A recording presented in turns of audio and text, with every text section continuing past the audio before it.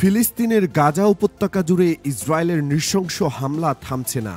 যুদ্ধবিরতি ভেঙে ব্যাপক সমালোচনার মধ্যেও ইসরায়েলি বাহিনী প্রতিদিনই হামলা চালিয়ে যাচ্ছে। এর ফলে অবরুদ্ধ উপত্যকাটিতে মৃত্যুর মিছিল থামছেই না। নৃশংস এই হত্যাযজ্ঞ থেকে বাদ পড়ছে না শিশুরাও। চলমান স্থল ও বিমান হামলার মধ্যে মঙ্গলবার যুদ্ধবিধ্বস্ত গাজা উপত্যকার উত্তরাঞ্চলে বিরল সফরে গেছেন ইসরায়েলের প্রধানমন্ত্রী বেনিয়ামিন নেতানিয়াহু। ইসরায়েলি প্রধানমন্ত্রী নেতানিয়াহুর কার্যালয়ের এক বিবৃতিতে এই ঘোষণা দেওয়া হয়েছে।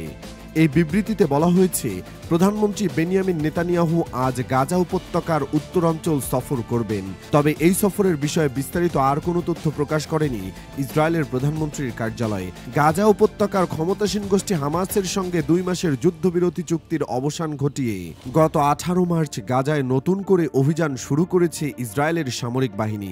ইসরায়েলের নতুন এই অভিযানে গাজা উপত্যকায় 1000-এর বেশি মানুষ নিহত ও আরও হাজার হাজার মানুষ আহত হয়েছেন। ইসরায়েলি নির্বিচার হামলা থেকে রেহাই পাচ্ছে না উপত্যকার হাসপাতালও। নতুন অভিযানে ইসরায়েলি বাহিনী উপত্যকার বিশাল অংশের নিয়ন্ত্রণ নিয়েছে। ইসরায়েলি বাহিনী অভিযান জোরদার করায় প্রাণ বাঁচাতে গাজার হাজার হাজার বাসিন্দা এলাকা ছেড়ে পালিয়েছেন। এদিকে ইসরায়েলের দেওয়া 6 সপ্তাহের নতুন যুদ্ধবিরতি চুক্তির প্রস্তাব প্রত্যাখ্যান করেছে হামাস। চুক্তির অংশ হিসেবে হামাসকে অস্ত্র সমর্পণের শর্ত দিয়েছিল ইসরায়েল। যুদ্ধবিরতি আলোচনার সঙ্গে সংশ্লিষ্ট এক ফিলিস্তিনি কর্মকর্তা বলেছেন, ইসরায়েল হামাসকে অস্ত্র ফেলে দেওয়ার শর্ত দিলেও তারা স্থায়ীভাবে যুদ্ধ বন্ধ অথবা গাজা থেকে সৈন্য প্রত্যাহারের কোনো প্রতিশ্রুতি দেয়নি। ফলে হামাস এই প্রস্তাব প্রত্যাখ্যান করেছে।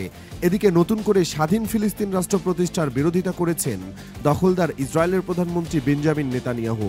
ফ্রান্সের প্রেসিডেন্ট ইমানুয়েল ম্যাক্রোর সঙ্গে মঙ্গলবার 15 এপ্রিল ফোনে নেতানিয়াহুর কথা হয়।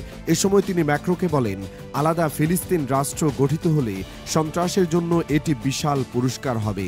গত সপ্তাহে ফরাসি প্রেসিডেন্ট জানান, আগামী কয়েক মাসের মধ্যে ফ্রান্স ফিলিস্তিনকে স্বাধীন রাষ্ট্রের স্বীকৃতি দেবে। এরপরেই যুদ্ধ অপরাধে অভিযুক্ত নেতানিয়াহু তার সঙ্গে ফোনে কথা বলবেন, যেখানে ফিলিস্তিন রাষ্ট্র গঠনের বিরোধিতা জানিয়েছে এই দখলদার।